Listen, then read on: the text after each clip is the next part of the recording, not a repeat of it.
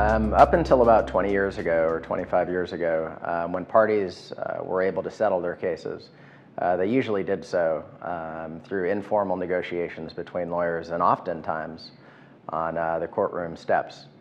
And fortunately, there's been an innovation which basically helps to facilitate earlier settlements, and that process is called mediation. Mediations occur in conference rooms like these. The mediator is a neutral who's hired to, with one sole purpose, which is to get the parties to resolve the matter. You know, an obvious issue in discussing mediation is, well, who's the mediator? Typically, a mediator is an attorney, but in order to be a mediator, you have to go through some pretty extensive training on mediation skills. And if you think about it, a mediator's role is essentially to push the right buttons for the parties in each of the two rooms to try to get them to a place where they can resolve it. So mediator selection is incredibly important.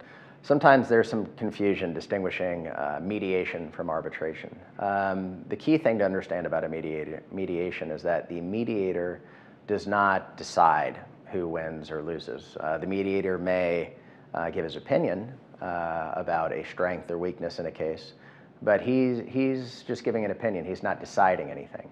An arbitrator, on the other hand, he is selected by the parties to decide who wins and who loses. And so, you know, an arbitrator will actually conduct a hearing with witnesses and real opening statements and real closing statements, and the arbitrator will be empowered to, you know, issue an award or not.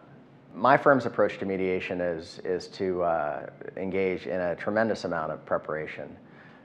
This is oftentimes one of the best opportunities to showcase not only the legal skill that you have, but also the strengths that you have in your case. And the idea is, of course, to sow doubt in the employer's mind about whether or not it can prevail in this case.